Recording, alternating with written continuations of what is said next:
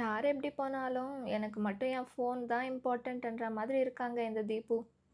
அதனால தாங்க நாங்கள் 1 கிலோமீட்டர் தூரத்தில் இருந்தாலும் தீபோல பொறுமையாக நடந்து வந்துட்டுருக்கா. எல்லாரும் பீச்சுக்கு போனால் என்ன பண்ணுவாங்க? பாய்ஸ் நல்லா தண்ணியில் குதிச்சு என்ஜாய் பண்ணுவாங்க. ஆனால் நாங்கள் அப்படி இல்லை, தண்ணியில் இறங்கவே மாட்டோம். நாங்கள் பீச்சுக்கு போகிறதே பிக்ஸ் எடுக்க தான். எல்லாரும் பிக்ஸ் எடுத்துகிட்டு இருந்தா திவி மட்டும் இவரோட சீரியஸாக ஏதோ டிஸ்கஸ் பண்ணிகிட்ருக்கா. என்ன பேசுகிறான்னு பார்த்தா நெக்ஸ்ட் நாங்கள் விசிட் பண்ண போகிற பிளேஸ்க்காக பிளான் பண்ணிகிட்ருக்கா.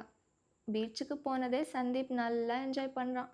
நாங்கள் பிக்ஸ் அண்ட் ரீல்ஸ்லேயே டைம் எல்லாம் ஸ்பெண்ட் பண்ணிட்டோம். பிக்ஸ் அண்ட் ரீல்ஸ் எல்லாம் செஞ்சு முடிச்சுட்டு அம்மாக்கும் திவியோட அம்மாக்கும் வீடியோ கால் பண்ணி பேசிட்டோம். இது எங்களோட ஃபர்ஸ்ட் ட்ரிப், அதனால் அவங்க ரொம்ப டென்ஷன் ஆகிட்டே இருப்பாங்க. ரீல்ஸ் பிக்ஸ் எல்லாம் முடிச்சுட்டு ரூமுக்கு கிளம்பிட்டோம். திருப்பியும் ஃபுட்காக வெளியே வர வேலை இல்லாமல் போகிற வழியிலே சாப்பாடு வாங்கிட்டு போயிட்டோம். யாரோ இந்த அண்ணன் ஸ்டண்ட் பண்ணலான்னு பார்த்தாரு, ஆனால் பாவம் முடியல.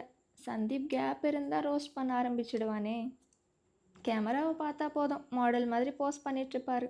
ரூமுக்கு வந்து ஃபுட் ஓப்பன் பண்ணி பார்த்ததுமே எங்கள் எல்லாரோட ஃபேஸ் எக்ஸ்ப்ரெஷன்ஸே மாறிடுச்சு. அப்படி இருந்துச்சுங்க டிஃபனு.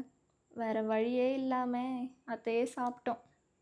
நெக்ஸ்ட் நாங்கள் எங்கே போக போகிறோம்னு தெரிஞ்சிருக்கோம்னு நினைக்கிறேன். That's all for this video.